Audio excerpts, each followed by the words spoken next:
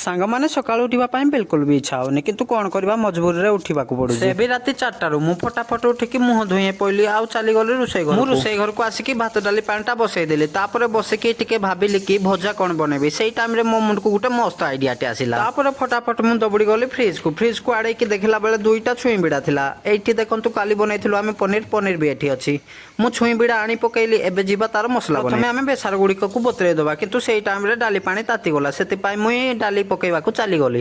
ପ୍ରଥମେ ତ ଫଟାଫଟ ମୁଁ ଡାଲି ପକେଇଦେଲି। ତାପରେ ଯେଉଁ ପରିବା କାଟିଥିଲି ସେଇ ପରିବା ଗୁଡ଼ିକକୁ ପକେଇଦେଲି ଏଠିରେ। ତାପରେ ହଳଦୀ ଗୁଣ୍ଡ ପକେଇଦେଲି। ତାପରେ ଲୁଣ ପକେଇଦେଲି। ତାପରେ ଢାଙ୍କି ଦେଲି। ଆଡେ ଦେଖିଲା ବେଳକୁ ଭାତ ପାଣି ପୁରା ଖଳ ଖଳ ହେଇକି ଫୁଟୁଛି। ମୁଁ ଜଲ୍ଦି ଯାଇକି ଚାଉଳ ଧୋଇକି ଆଣିଲି ଆଉ ଚାଉଳ ଛାଡ଼ି ଦେଇକି ତାପରେ ମୁଁ ତାକୁ ଟିକେ ଢାଙ୍କି ଦେଲି। ଦେଖୁ ଦେଖୁ ଆମ ଭାତ ଡାଲି ବି ହେଇଗଲା ରେଡି। ଏବେ ବାକି ଛୁଇଁ ଅଛି। ଦେଖନ୍ତୁ ଛୁଇଁ ଆଉ ଆଳୁ କାଟିକି ରଖିଛି। ଦେଖନ୍ତୁ ସାଙ୍ଗମାନେ କଡ଼େଇରେ ତେଲ ବି ଗରମ ହେଇସାରିଲାନି। ଏବେ ଦେଇଦେବା ଜିରା ଟିକେ ଆଉ ତାପରେ ଦେଇଦେବା ଆମ କଟା ହେଇଥିବା ଛୁଇଁକି ଆଉ ଆଳୁକୁ। ତାପରେ ଜିରା ଫିରା ଆଉ ହଳଦୀ ଗୁଣ୍ଡ ଦେଇକି ଭଲକିନା ଘାଣ୍ଟି ଦେବା ଆଉ ଆମ ରୋଷେଇ ହେଇଗଲା ରେଡି।